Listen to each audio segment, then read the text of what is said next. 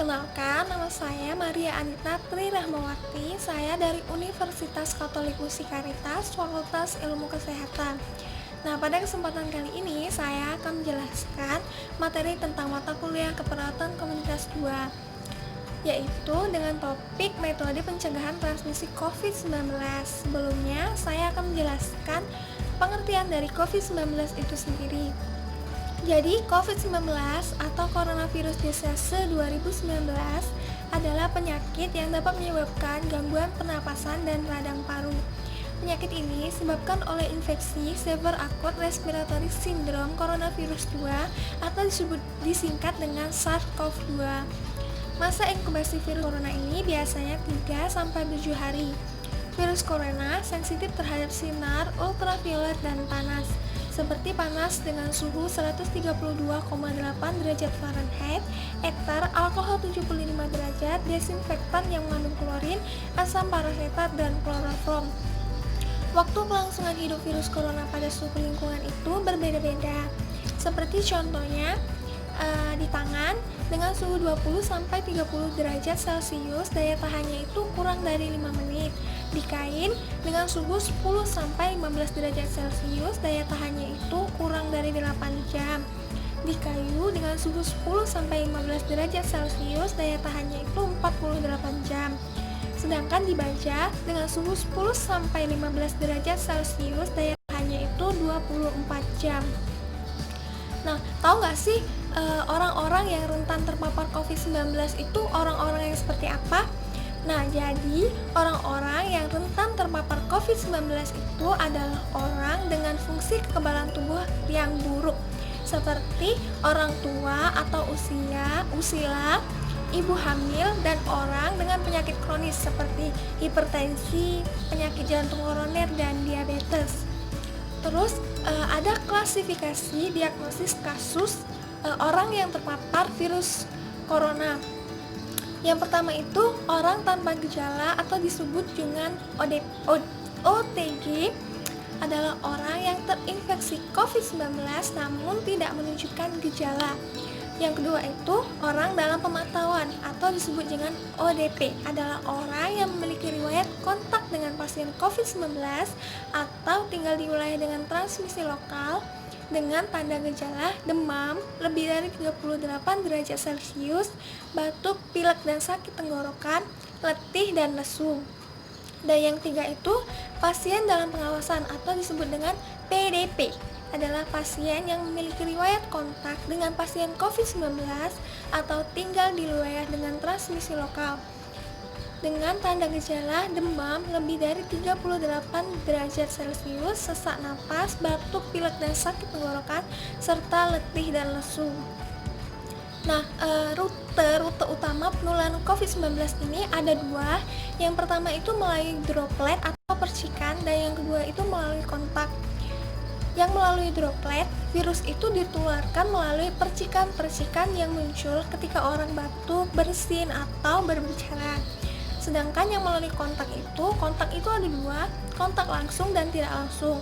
Kontak langsung itu seperti kontak fisik dengan orang yang terinfeksi COVID-19, seperti cium tangan, jabat tangan, berpelukan, dan cipika-cipiki. Sedangkan kontak tidak langsung seperti menyentuh permukaan benda yang terkontaminasi atau disentuh oleh orang yang terinfeksi COVID-19. Terus tahu nggak tanda dan gejala orang-orang yang terpapar COVID-19? Jadi gejalanya itu ada 3. Yang pertama ringan, yang kedua sedang, dan yang ketiga itu berat. Gejala ringan dan sedang itu demam lebih dari 38 derajat Celcius atau pasiennya tidak mengalami demam. Terus yang kedua itu batuk, pilek, dan nyeri tenggorokan. Sedangkan gejala berat itu demam lebih dari 38 derajat Celcius, batuk, pilek, dan nyeri tenggorokan, sesak nafas dengan frekuensi nafas lebih dari 24 kali per menit, pneumonia, dan gagal ginjal. Terus ada beberapa langkah-langkah langkah yang bisa dilakukan untuk mencegah terpapar COVID-19. Yang pertama itu mencuci tangan dengan sabun dan air mengalir sesering mungkin minimal 20 detik. Jangan menyentuh hidung, mulut, dan mata sebelum mencuci tangan. Jika tidak ada air bersih, dapat membersihkan tangan dengan hand sanitizer dengan alkohol 75%. Dapat menonaktifkan virus COVID-19. Terus yang kedua itu, hindari menyentuh area wajah seperti mata, hidung, dan mulut, terutama ketika belum cuci tangan. Terus yang ketiga itu, terapkan etika batuk atau bersin. Dan yang keempat, pakai masker medis atau masker kain ketika berpergian dalam kondisi sehat maupun sakit. Jika menggunakan masker kain, ganti 4 jam sekali. Nah, masker itu perlu diganti saat kondisi-kondisi. Yang pertama itu saat sulit bernapas melalui masker, yang kedua saat masker rusak, yang ketiga saat masker tidak pas dengan kontur wajah, yang keempat saat masker terkontaminasi dengan darah atau tetesan pernapasan. Terus yang kelima itu melakukan physical distancing atau social distancing.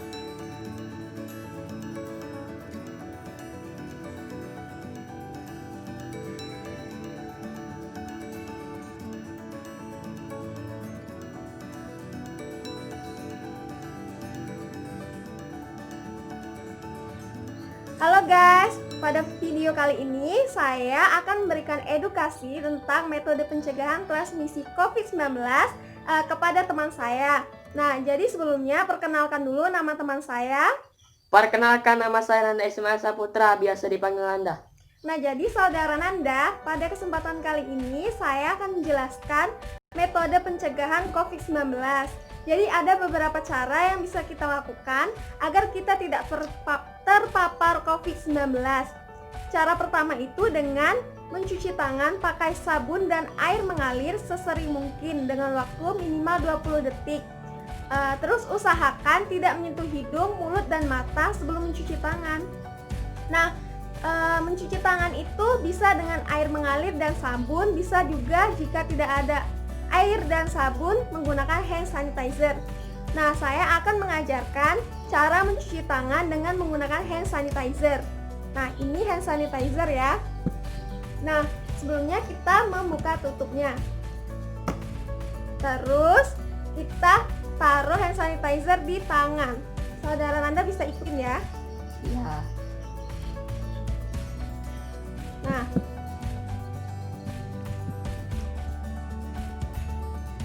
Nah, setelah itu kita usap di tangan. Terus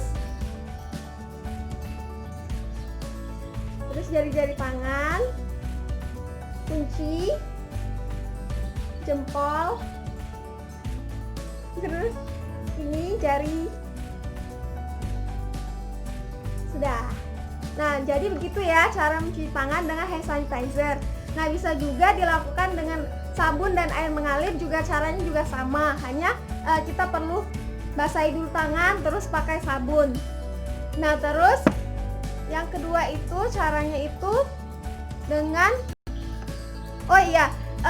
mencuci tangan ini dilakukan di saat-saat tertentu. Yang pertama itu saat kita batuk atau bersin menutup dengan tangan. Nah, itu perlu cuci tangan. Terus yang kedua itu setelah saat atau sebelum menyiapkan makanan. Terus yang ketiga itu sebelum makan. Terus yang keempat itu setelah BAB. Yang kelima itu setelah menyentuh binatang. Yang keenam itu setelah menyentuh tombol lift atau gagang pintu. Karena kan habis dipegang orang banyak, jadi kita harus mencuci tangan. Terus yang selanjutnya itu setelah pulang dari bepergian, karena kita kan keluar banyak ketemu sama orang banyak, jadi harus cuci tangan. Terus setelah kita beraktivitas. Nah, terus ada teknik lainnya yang bisa dilakukan, yaitu yang kedua itu menerapkan etika batuk dan bersin. Jadi yang pertama itu ketika batuk menggunakan masker ya. Terus yang kedua itu tutup mulut dengan hidung dan lengan atas bagian dalam. Nih, bagian dalam sini ya, saudara Nanda. Seperti ini. Nah, atau menggunakan tisu atau sapu tangan. Terus yang ketiga itu segera membuang tisu yang sudah dipakai ke tempat sampah. Jangan disimpan ya. Terus yang selanjutnya itu mencuci tangan lagi dengan sabun dan air mengalir atau menggunakan hand sanitizer. Terus cara yang selanjutnya itu memakai masker. Jadi saat bepergian itu usahakan kita selalu memakai masker dalam kondisi sehat ataupun sakit, terutama jika kita mengalami sakit tenggorokan. Terus kalau misalnya menggunakan masker kain, usahakan ya mengganti selama 4 jam sekali. Nah, saya akan mengajarkan cara menggunakan masker. Cara menggunakan masker yang benar itu tadi saudara Nanda sudah mencoba menggunakan ya, tapi itu kurang tepat. Jadi saya akan mengajarkan cara menggunakannya. Nah, cara menggunakannya itu yang pertama, yang pasti kita ambil dulu maskernya, pegang. Nah, sebelum kita menggunakan masker, usahakan mencuci tangan. Kita tadi kan sudah menggunakan hand sanitizer. Terus kita gunakan seperti ini. Yang pertama, yang pertama seperti ini. Kita taruh di telinga kanan. Ya, telinga kanan. Kiri. Terus kita sesuaikan dulu sama muka kita. Nah, yang bagian atas ini kan ada besinya itu. Ditekuk, sesuaikan dengan hidung. Ini nggak ada besinya ini. Nah, sudah sesuai. Nah, jangan menyentuh. Sudah, jadi seperti ini ya. Terus, jika mau melepas masker, caranya itu sama. Kita ambil dari tali ini, terus dari sini. Nah, ini kan masker medis, jadi ini langsung dibuang sesudah kita pakai.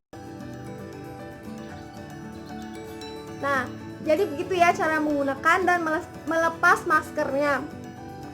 Terus masker ini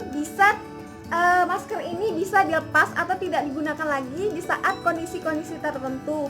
Yang pertama itu saat masker itu sulit untuk bernafas. Saat digunakan itu kita kesulitan untuk bernafas.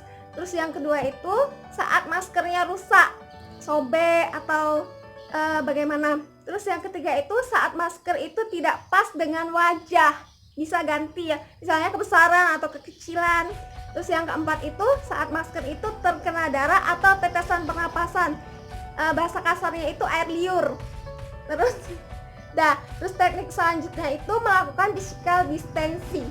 Physical distancing itu adalah menjaga jarak sekitar minimal 1 meter antara sesama manusia, dia sama saya.